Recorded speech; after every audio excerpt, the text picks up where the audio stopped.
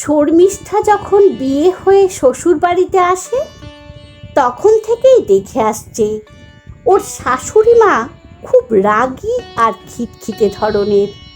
বাড়ির সবাই বেশ ভয়েই থাকে। ওনার রাগ অতিরিক্ত। নতুন বউকেও ছেড়ে কথা বলতেন না। শর্মিষ্ঠা প্রথম প্রথম খুব ভয়ে ভয়ে থাকতো। এমনিতেই শর্মিষ্ঠা একটু মুখচোরা, বেশি কথা বলা পছন্দ করে না। ওর বাপের বাড়িতে লোক সংখ্যা খুব একটা কম নয়, তবে চেঁচামেচি নেই বললেই চলে। ওখানে সবাই যন্ত্রের মতো চলে, যে যার কাজকর্ম নিয়ে ব্যস্ত।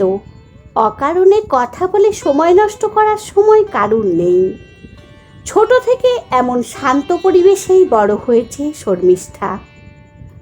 বাপের বাড়িতে বাবা সুখেন সরকারি চাকরি করেন, মা জ্যোৎস্না স্কুল টিচারি করেন, আর ওর ঠাম্মি আগে চাকরি করতেন কিন্তু এখন অবসর নিয়েছেন। দাদু কয়েক বছর হলেও মারা গেছেন, উনিও ভালো চাকরি করতেন। ওরা দুই ভাই বোন। শর্মিষ্ঠা বড়, পড়াশোনা শেষ করে চাকরি করছে।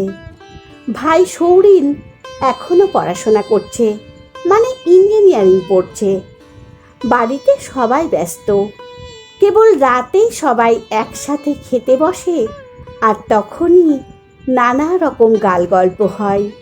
বেশ শান্ত পরিবেশে বেড়ে ওঠা শর্মিষ্ঠা এ বাড়িতে এসে এই পরিবেশকে মানিয়ে নিতে বেশ সময় লেগেছিল।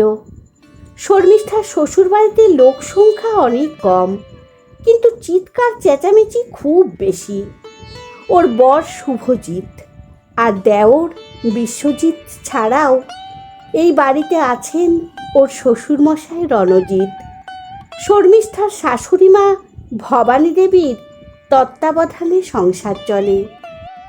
প্রথম থেকেই শর্মিষ্ঠার উপর ভবানী দেবী যেন খড়গহস্ত, যেন চোখের বিষ।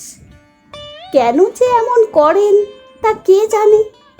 শর্মিষ্ঠা কিন্তু উনাকে বেশ ভক্তি শ্রদ্ধা করে, উনার কথা অমান্য করে না।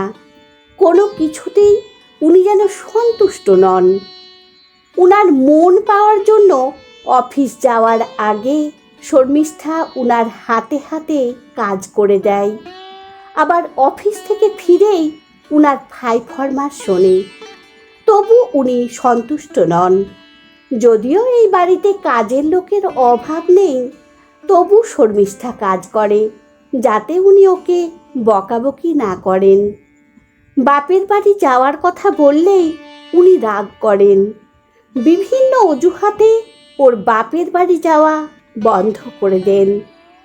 এমন আরও অনেক অত্যাচার শর্মিষ্ঠা সহ্য করে।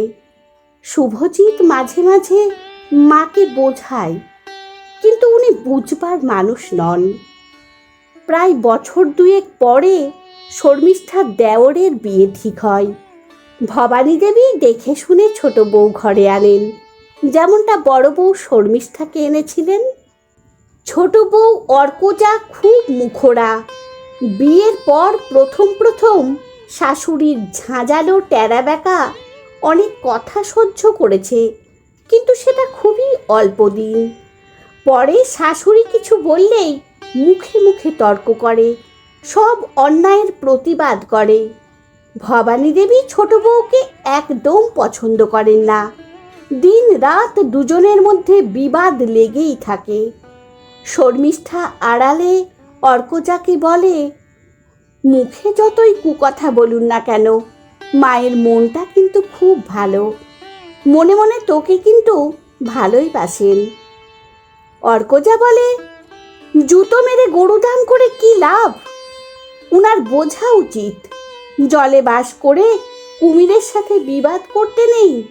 এখন আর শর্মিষ্ঠার সাথে তেমন খারাপ ব্যবহার করেন না, তবে একেবারেই যে বন্ধ রেখেছেন তা নয়।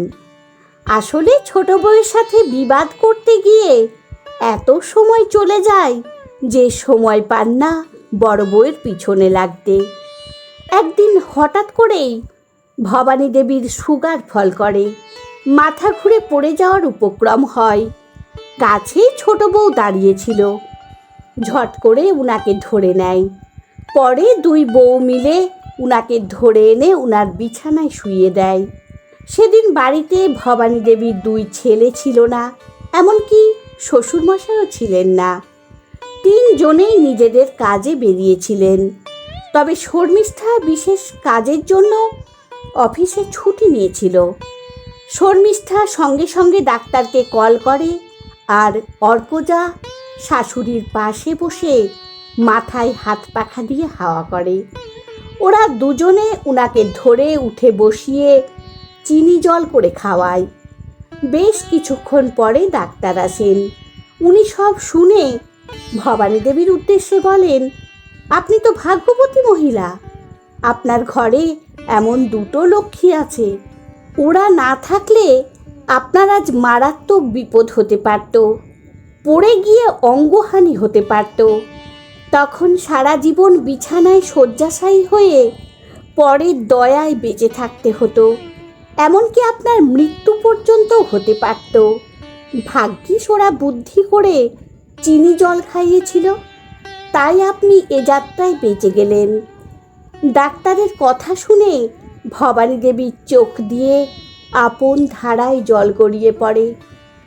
পরে উনি দুই বউয়ের হাত ধরে বলেন, সত্যি আমি তোদের বুঝতে ভুল করেছিলাম।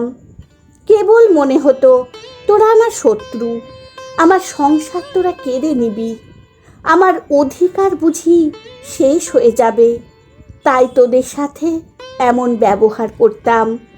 আমার ভুল ভেঙেছে, আমাকে ক্ষমা করে দে। সুখের ঘরে আগুন আমি জ্বালিয়েছিলাম, আজ থেকে প্রতিজ্ঞা করছি তোদের সাথে আর এমন খারাপ ব্যবহার করব না। এরপর থেকে ভবানী দেবী নিজেকে শুধরে নেওয়ার চেষ্টা করেন। দুই বউকে এখন উনি কাছে টেনে নেন। বাড়িতে এখন আর ঝগড়া ঝাঁটির আওয়াজ শোনা যায় না, বরং হাসির শব্দ শোনা যায়। কলমে দেবিকা মিত্র, কণ্ঠে সোনালী। বন্ধুরা, গল্পটি যদি আপনাদের ভালো লেগে থাকে তাহলে প্লিজ লাইক, কমেন্ট ও শেয়ার করতে ভুলবেন না। আর নতুন বন্ধু হলে অবশ্যই সাবস্ক্রাইব করে সঙ্গে থাকবেন আশা রাখছি। ধন্যবাদ, ভালো থাকবেন।